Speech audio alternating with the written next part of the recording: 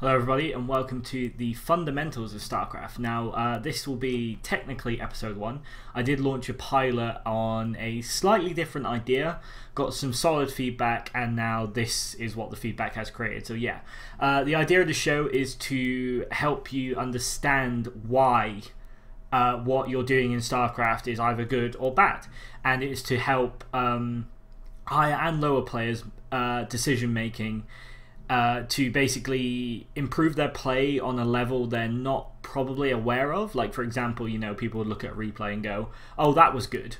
You know, that drop then was really good, but they don't really explain why it was good. Or they say like, oh, you should be, you know, one gate expanding on Entombed Valley 100% of the time. And then they don't go because. And basically this show is going to be the why and because of StarCraft. And I think that's a pretty good understanding of what this show is going to be about, guys. So yeah, welcome to the fundamentals of StarCraft 2. My name's ButterMeUp, and we are going to be examining Tasia versus MC from the latest ASUS Republic of Gamers tournament. And this is going to be one of the games they played in the finals. So yeah, guys, if you don't want to kind of be spoiled, it's only going to be one game. I'm not going to say the results or anything, but of course they did make it to the finals. And if you've been on Reddit or Team Liquid in the past week, you'd probably know that. So yeah, we'll jump straight into the game, and I believe I have set up the game brilliantly. So what we're going to be doing here, guys, is we're going to be examining it from both points of view and showing the kind of optimizations and the adjustments that both players are making based on the map mainly, but maybe something to do with the player as well. So of course Tasia and MC have played against each other countless times. They both know each other's styles inside and out, as you know, MC and Tasia play all the time in, you know, important events, you know, massive tournaments, etc, etc. So we're going to speed up just a little bit here, just in the beginning, because there's not really much to talk about in these first kind of, you know, 2 minutes, because there's very little adjustments you can make aside from, you know, proxy racks, etc. Now Tasia is already making an optimization based on the map. Entombed Valley is one of these maps where it's kind of like they have all these awkward little crevices, you know, all these kind of awkward little bits of the map that allow you to hide tech and buildings, you know, quite well. You know, you can get a pylon there, and you can actually warp in here, or at least you could in a previous build. I'm not sure if they've sorted that out yet, but yeah, that's one of the examples. But Entombed Valley has this awkward little crevice in your main where if MC was to scout up here and just go directly for the mineral line like he does usually, or like all players do, then he's going to miss this racks. And of course, you know, MC being the boss that he is, will immediately go and scout these areas. But some people, even as high as masters, will just walk in, go, oh my god, oh my god, oh my god, oh my god, where's his racks, where's his racks, and immediately panic and throw down all sorts of crazy stuff. So that's like an optimization Tasia is already doing, you know, 1 minute 40 into the game, that can actually affect the outcome quite badly. I mean, if MC wasn't, you know, as good as he is and decides to, you know, scout, you know, goes in, goes, oh my god, oh my god, oh my god, and then runs out and then starts planting gateways and stuff, he's going to be behind because Tasia's going to one racks expand, or, you know, some sort of variation of an expansion build. So again, like, that's an optimization based on the map. Another optimization you can always make, of course, is if you're in a tournament setting where it's cross maps, you can hold this watchtower and it sees the entire middle, and that's just one of these things that, you know, all players should be doing. Everyone says like take the watchtower, but they don't explain why. You know, it gives you vision, yes, but it also, you know, on some maps grants you absolute map control with just the minimum of units. So it's really important. So as we see, Tasia making this slight adjustment here, you know, planting his racks all the way over there, but unfortunately, you know, MC's gonna see this marine coming out, but if he scouts first and starts panicking, this could make, you know, a real difference. So just a slight optimization on what's going on, really. As we see, MC's probe is going to come in and scout, and we'll see another optimization very soon. Okay, so MC comes in, and where's his racks? He doesn't see a racks, but he does see marine, so that kind of gives it away, and he immediately goes to the left here, sees the factory as well, so MC's kind of comfortable knowing what's going on. So yeah, I mean, a slight optimization. Could have gone a little bit better, obviously, if MC scouts first. But again, it's something you can do on certain maps, so I class it as an optimization. And seeing this, MC is actually, and this is another thing that Tasia does, that most people would see like, oh yeah, he does it because he does it. But it's actually very, very clever. So what Tasia's done here is he's decided to hide his rack. So if MC scouts early, he panics, possibly, and doesn't see the racks, he overreacts. And he also sees the gas, so he's thinking, oh, it could be Marauder or Reaper kind of opening, of a proxy rack. So he panics, he starts building gateways, etc, etc. But what MC did is he scouted a little bit later, and he's seen the factory coming down. So Tasia knows that MC is probably going to put some sort of aggression on this wall, because it's a very, very weak wall. It's just supply depots. They can be taken down fairly easily by a Stalker, and Marines can't actually get to it if they're behind the wall. So Tasia knows that MC is going to push out. So again, optimizing on this build, we'll see what Tasia does, and it's very, very clever. So Tasia now coming in with his SCV. He knows that MC is probably cross-map because of the way the probe scouted, and of course he scouts immediately, and he sees the Stalker moving out. So he knows right now MC has nothing at home. Okay, so this is kind of an important part. So Tasia just scouting around, make sure there's no kind of proxy tech, anything like that. So that's always good. He sees that the warp gate is making something, so he decides to get out of range, so the Stalker kind of loses track. And what he does is he goes and hides here. Now, most of you were thinking, okay, so he's put the SCV there to see when the expansion goes down. But of course, Tasia knows that MC is putting on aggression. So what does Tasia do? A great optimization. He builds an engineering bay. Now, what this does, again, this is something that people will go, oh yeah, that's good, it blocks the expansion. But what's really going on here is MC's putting on this aggression onto this front depot, because he knows that Tasia is, making a factory. He's probably going Hellions, and he's probably going, a Hellion drop. So MC's thinking to himself, I can put on aggression here and then force, a delay in Tasia's build. And Tasia's basically gone, okay, if you want to make your units here, then I'm going to stop you expanding and delay you. Again, just optimizing the build based on the map and the situation. So we'll see MC put some aggression here, and Tasia's just going to, not allow his Marines to be killed, but he is going to have to stop this supply depot going down, because that's a big deal. So as you can see, the repair coming down, and he's going to chase this Stalker now.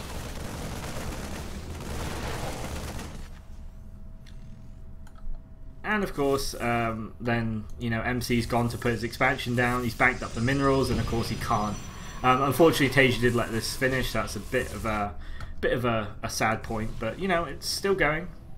So yeah, just a very, very slight example of what build optimization is. So he hides the racks, in case MC scouts and overreacts, and then of course he knows that MC is going to be putting on aggression against this kind of weak wall that you can snipe down with a Stalker. And so Tasia optimizes his build and delays the expansion of MC. So yeah, really, really good. So we're just going to fast forward it just a little bit, because nothing interesting is kind of happening. And we're going to see MC now just reacting perfectly, getting that expansion down, and then automatically starting to defend from drops. So yeah, that's a massive, massive deal. And yeah, drops coming in. MC already knows about it. A couple of Hellions, good force fields, blocks everything. But the Marines are there, but unfortunately they are going to be pushed back by MC's superior Stalker and Sentry count. So yeah, great play there. Now most people would go, okay, optimizing a build, great. That means he's got a cliff, so I'll go Blink Stalkers kind of thing. That's what most people think optimizing a build is. But optimizing a build comes at all points of the game based on map and what your opponent's doing. So MC might have this idea of, he come into this game thinking, I'm going to go a 7 gateway pressure. And of course, automatically that's kind of stopped by what Tasia is doing, because Tasia's being aggressive, dropping. So MC can't get that gateway count that early that he wants to. So MC's decided to go, Templar with charge, which is a great answer to what Tasia is up to. So of course MC getting the observer in, seeing exactly what's going on. Yada yada yada, you know, pushing out, and we'll slow it down just a little bit. So MC now knows that Tasia is getting aggressive with Marine and Tank. Now what counters Marine Tank really well? Charge Shot Archon. You know, just because of the composition and the way, you know, Charge Shots absorb those tank shots, get in nice and close, and the Archons just deal so much damage with Storms as well. So MC, you know, optimizing his build there as well, and he's just going to keep on pushing out. And of course, Tasia swinging around to the right now to, you know, do some damage. Again, this is another example of optimizing a build based on the map. Now, Tasia has already done, you know, some clever things like the racks, you know, the factory, etc., etc. But what makes this map really unique is this little alleyway here. So basically, what you can do is you can actually siege there, drop Marines and tanks there, and then push into the natural from here, and it makes it a very, very, very difficult position to assault. And again, Tasia knows that. That's why he's decided to go Marine Tank this game. You know, if this map was any different, would he still go Marine Tank? Maybe. But he also might go, you know, Marine Marauder, you know, as a standard kind of composition. But of course, he's mixed in tanks here because he knows that he can assault this ground here and push up into the natural, and he can also siege this ground here and cut off all reinforcements from this end, and also he can siege up here and drop here. So Tasia is optimizing his build based on the map, and that is such a massive deal. This is what separates pros from very, very good players. So as you can see, he's going to siege up here, and he's going to use the Raven for vision, which is very clever. Unfortunately, he is missing a medevac right now, and it is coming, so he will be able to elevate up. And right now, MC has, you know, a fairly decent army. I mean, he could probably trade with this fairly efficiently, but Tasia is just abusing build optimization with map. So basically, this position is almost unsaltable because, you know, Marines are granted vision here, so if he pushes in here, the tanks are going to get so many shots off before the Zealots even close the distance. And he's also taking out probes, taking out gas, taking out pylons, just from this small optimization of adding in tanks based on his map presence. So yeah, we'll crack on with this, and we'll see Tasia doing some really clever stuff, just picking up these Marines, just letting the tanks shell. I mean, look at that, the Zealots can't connect. A good storm there from MC, but look how many things are melting right now. He is going to eventually clean this up just because superior mortal count just decimates tanks. But, you know, the damage has been done. 21 workers killed so far in this game. He should save this Raven, but I don't know if he will. I don't know about that, but yeah. So basically, Tasia has managed to do so much incredible damage. If he fights here with that sort of army, he probably just loses the game entirely. But because he sieged up here and managed to get quite a lot of damage done, I mean, delaying a Protoss's gas this early is absolutely massive. It reduces their Colossus count, their Templar count, their Sentry count, everything that, you know, Protosses need to survive against Terran. So yeah, brilliant optimization by Tasia there, just abusing this map. And again, I'm going to talk about this because it is such an important idea. And of course, Tasia doing, you know, the great thing of just expanding behind this aggression, which is you know, a thing that pros are so good at. And of course, adding on that Ghost Academy because he has seen the tech choices of MC, which is obviously Templar, and he hasn't seen any Colossus yet, so he's not even bothering adding Vikings. So yeah, great play there by Tasia. He's also taking complete map control with just one Marine. He knows exactly when MC is going to push out, where he's going to push out, and just abusing that watchtower is such a good idea. So as you can see now, Tasia has decided to stop making tanks. So why has he stopped making tanks, you might ask? Like, many people will go, oh, because, you know, now MC has Immortals. Yeah, correct. He has Immortals. But now he also knows that MC, you know, has Storm. He has the composition to deal with this. So he's now optimized his build to start spending gas on mainly Marauders and adding in Ghosts instead of tanks. And that is because the damage has already been done here. You know, he knows MC is going to be a little bit more careful. I mean, MC should have like a pylon here and maybe, you know, a pylon here or something like that. But he's not doing that, but Tasia just expects him to. But he also knows that MC has, you know, the Immortals on the high ground now he can easily do. And, of course, you know, the damage has been done already. So, you know, now Tasia's optimizing his build to fight MC's army head on. Which, of course, you know, if you're spending gas on tanks and Marauders, you just can't afford Ghosts like in the number you need. So Tasia's optimizing his build now. He's done the damage with this really clever tactic of abusing the map, and now he's optimizing his build to start adding in Ghosts and removing tanks. And that's something that many people won't do. They'll keep the same composition practically the entire game, and then they'll go, oh, I lost, why are roaches so bad, etc. It's because you didn't change your build quick enough. You know, you didn't optimize your play, and that's the important kind of aspect we're trying to get here. So yeah, Tasia's doing a really good job there, kiting Zealots. He's going to have to start dodging Storms, which he's extremely good at. You know, killing Zealots. He just has to kill as much as possible while biding his time, because he does currently have the weaker army until these Ghosts start being made. And as you can see, Mobius Reactor coming down, Concussive Shells coming down as well, and you know, MC just doing some really clever stuff, putting pylons everywhere. So yeah, always good. So now Tasia is going to swing around this left side because he expects MC to have map control.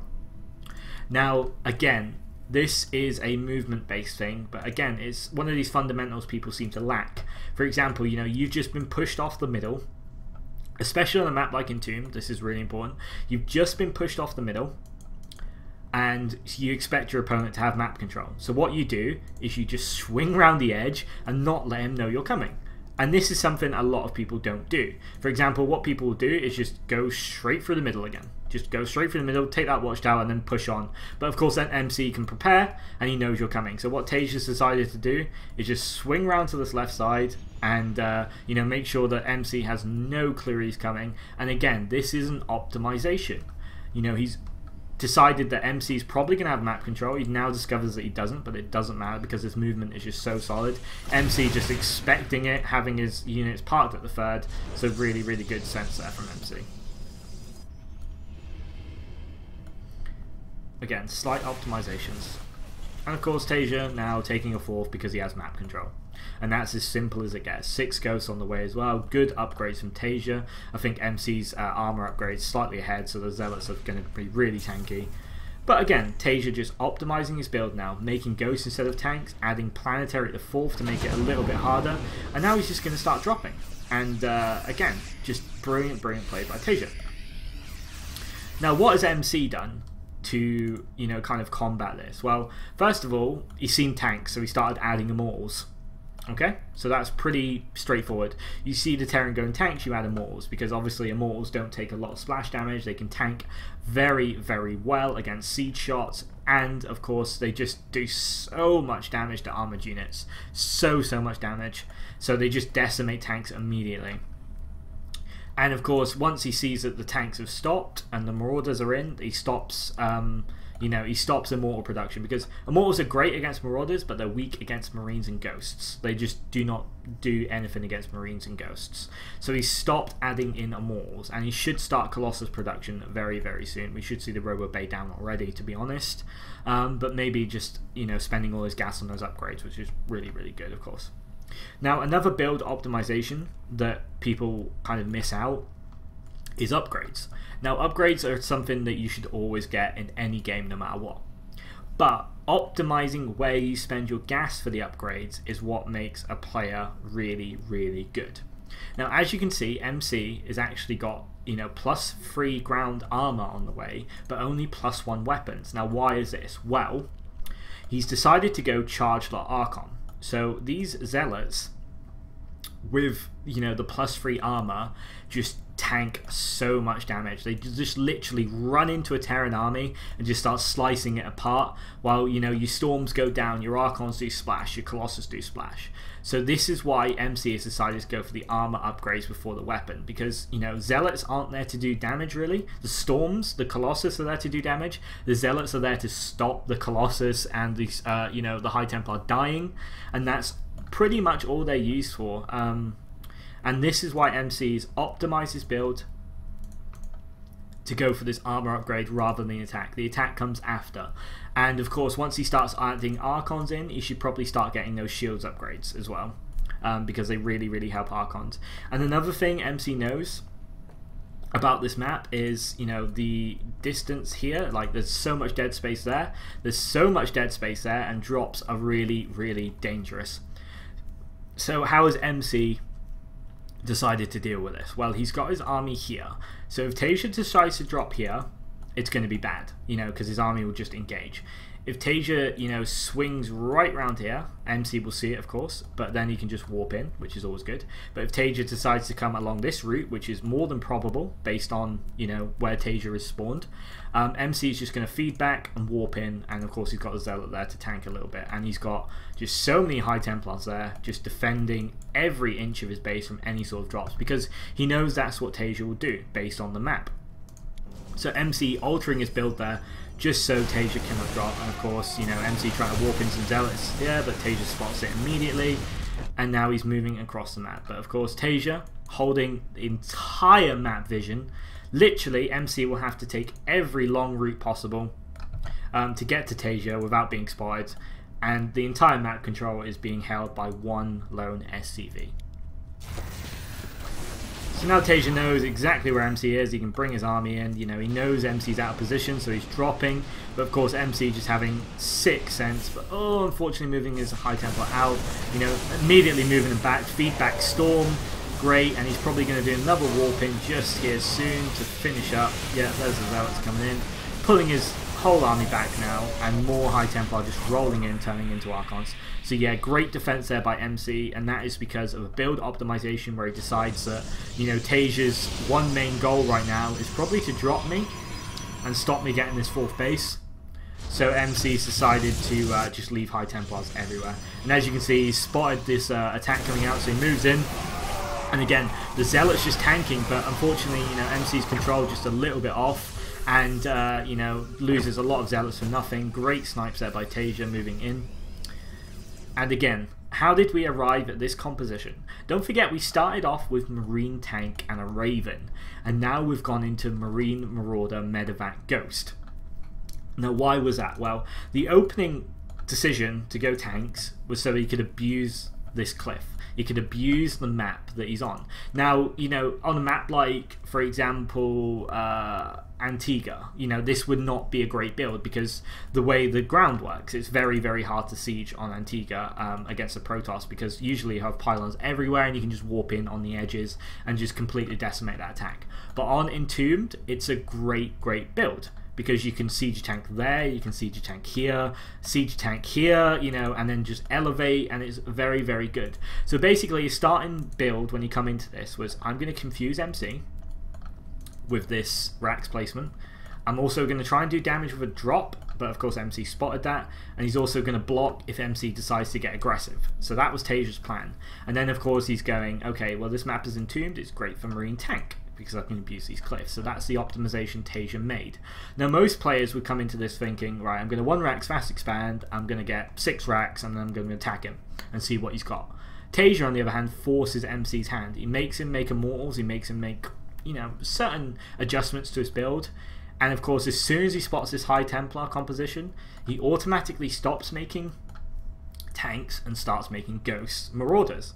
And of course, that is just probably the best optimization and the best transition that Tasia could have made.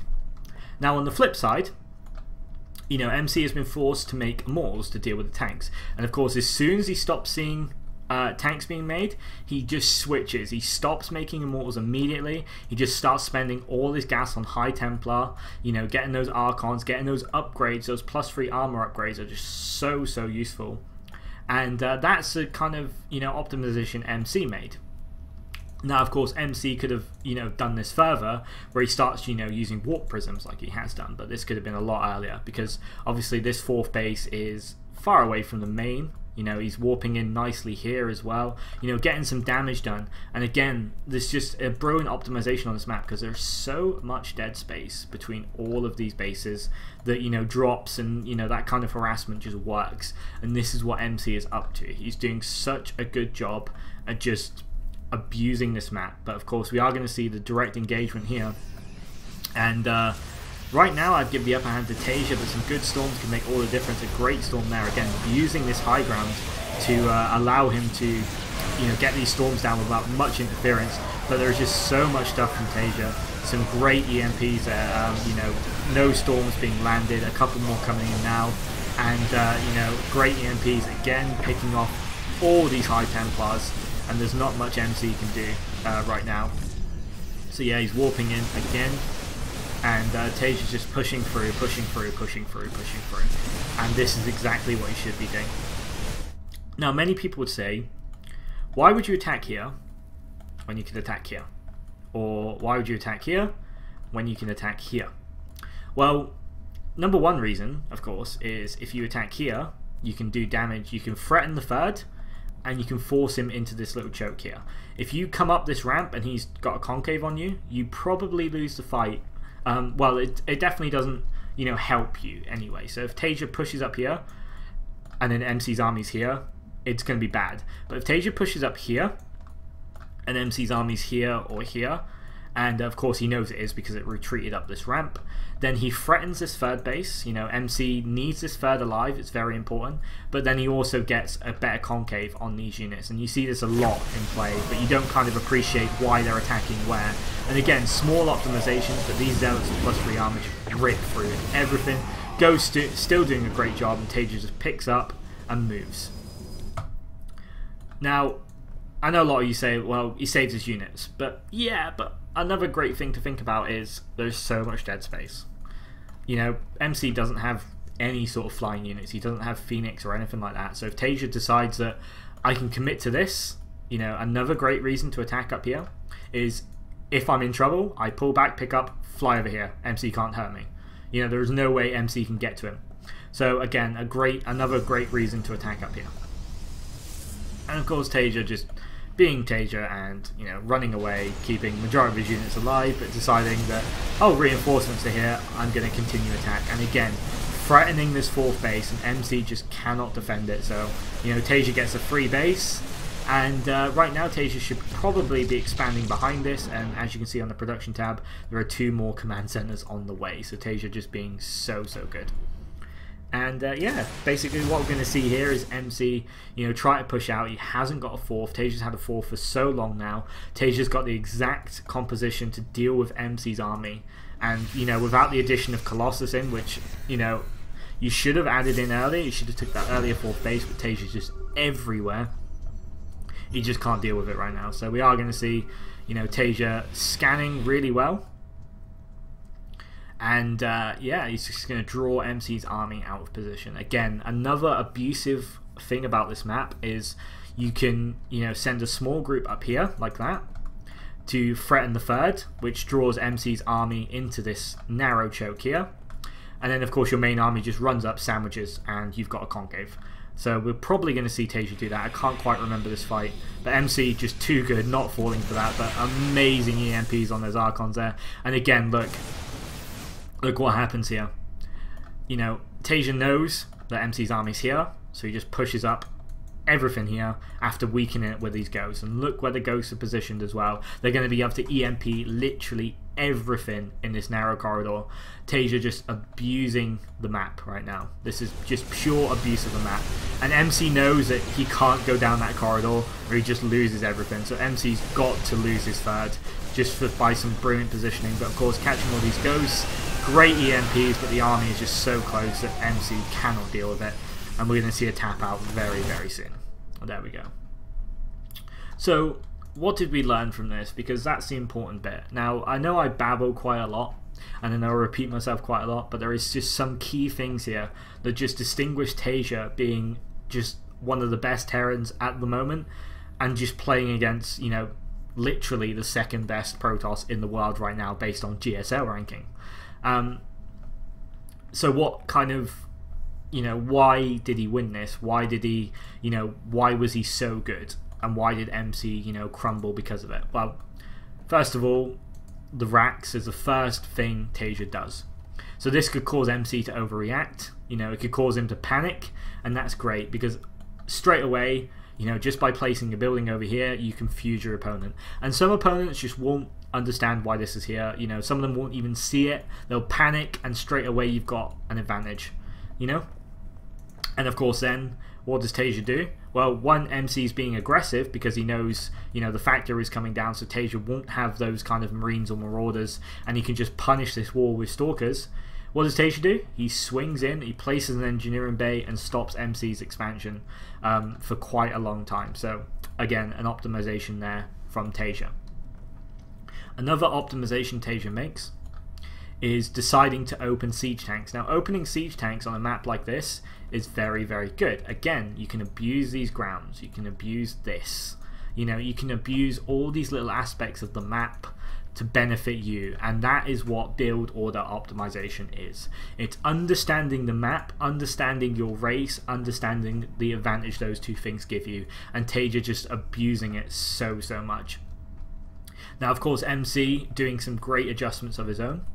MC's plan going into this was a 1 gate expand and, you know, probably a gateway pressure into Templar, but based on what was going on, he was forced to defend against Tasia's early starport and drops, and he does that very, very well. And what does he immediately do? He immediately starts getting upgrades, he immediately starts getting Templar to deal with this bio army, and as soon as he sees tanks, he starts getting Immortals. As soon as he stops seeing tanks, he stops making Immortals, because Immortals against this sort of bio ghost army is just terrible. You should never have Immortals in this composition.